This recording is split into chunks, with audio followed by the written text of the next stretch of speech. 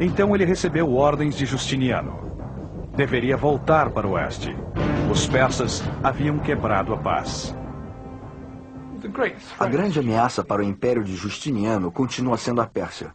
O grande Império Persa só está aguardando, pronto para se aproveitar de qualquer oportunidade. Eu acho que é um pouco como o confronto da Guerra Fria entre a América e a União Soviética, que nenhum dos lados achava que poderia conquistar o outro completamente. Mas qualquer momento de fraqueza estava lá para ser explorado.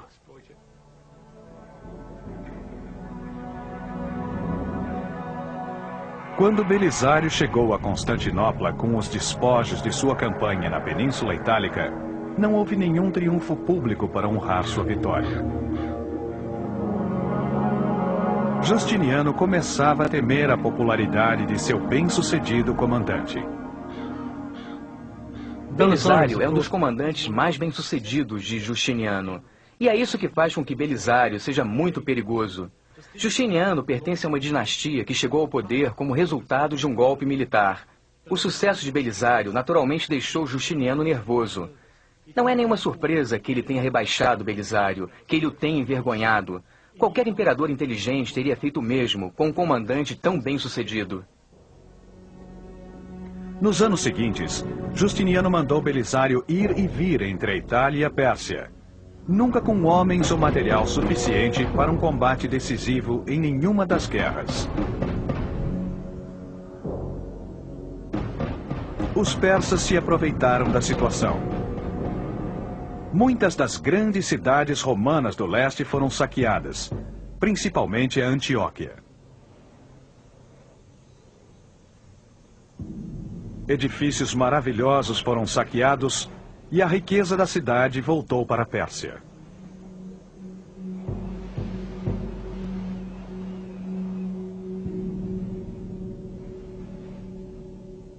Em 543, durante esta época de crise, um inimigo mortal invisível se apoderou do coração de Roma. Uma nova doença, a peste bubônica. A pestilência passou impetuosamente pelo Império Romano, aniquilando grande parte das comunidades agrícolas, deixando um rastro de desolação.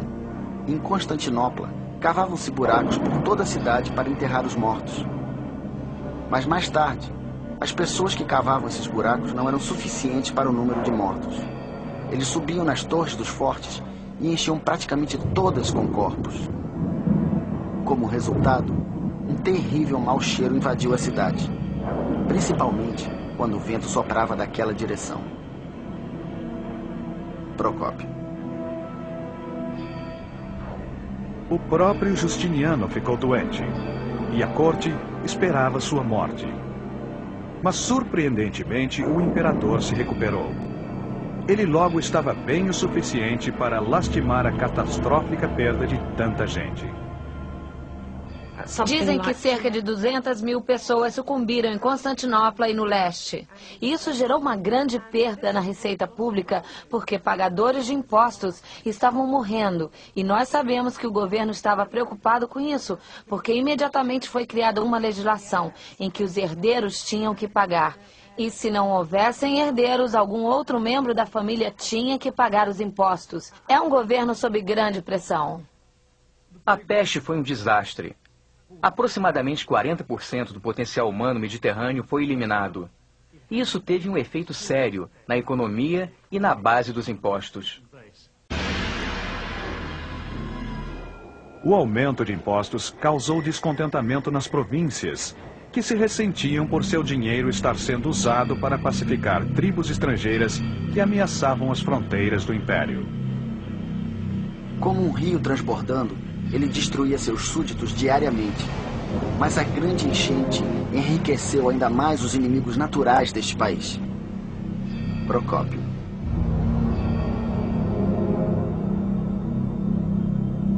A coleta de impostos foi reforçada ainda mais. Todas as províncias deveriam pagar, independentemente de uma má colheita ou peste violenta.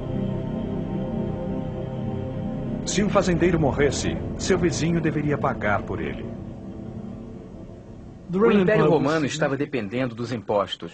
E com certeza, podemos dizer que por volta do século VI, devido ao número de guerras que tinham que ser lutadas e os grandes gastos para defender as fronteiras, que o Império Romano estava começando a desmoronar.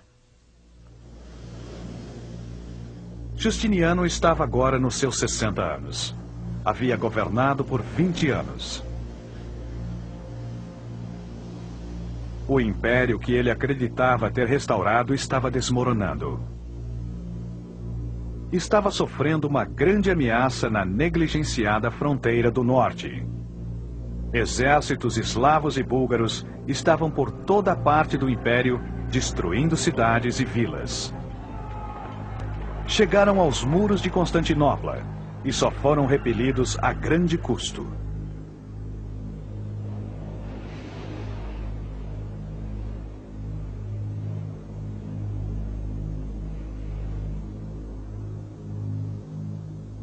Há um tempo atrás, o imperador foi praticamente o primeiro dos governantes de Constantinopla a ser imperador dos romanos de fato e de direito.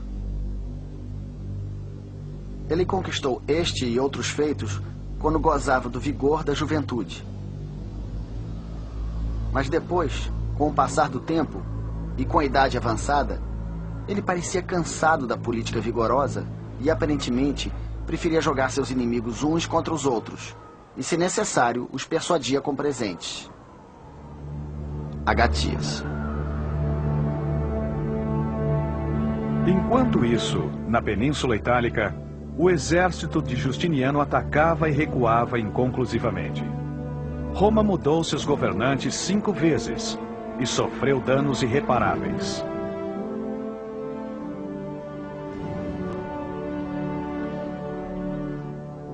Com o passar dos anos, Justiniano continuou protegendo suas fronteiras, construindo e solidificando fortificações da África do Norte até a Síria.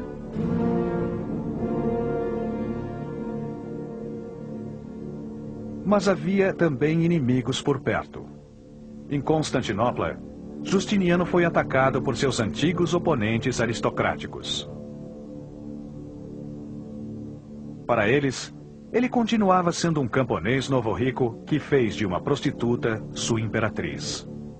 Para a maioria da população, era um tirano, abusando deles com impostos injustos.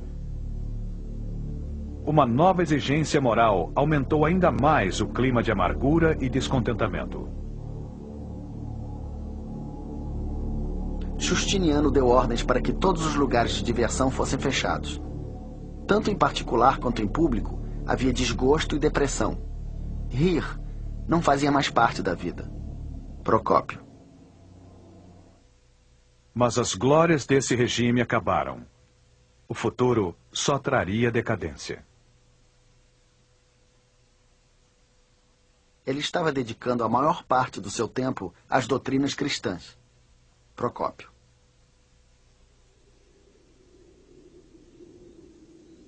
Em 548, a parceira de Justiniano, Teodora, morreu. Ela havia sido um apoio vital para ele e seu regime. Justiniano ficou arrasado com a morte de Teodora, de câncer. Ele, de certa forma, nunca se recuperou. Ele ficou cada vez mais no palácio e cada vez mais inacessível. Eu acho que nos últimos 10 anos de vida de Justiniano, nós vemos em seu isolamento não senilidade, mas o luto sincero pela perda da parceira que ele amava profundamente. Nós temos uma imagem muito hostil de Justiniano e Teodora dos contemporâneos.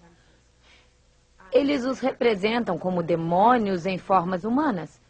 Eles eram tidos como os responsáveis por guerras que mataram milhões de pessoas no norte da África, Itália e outros lugares. É claro que todo autocrata teria esse tipo de reação. E eu acho que quando Justiniano ficou mais velho, ele foi ficando mais triste e desiludido, principalmente depois da morte de Teodora em 1548.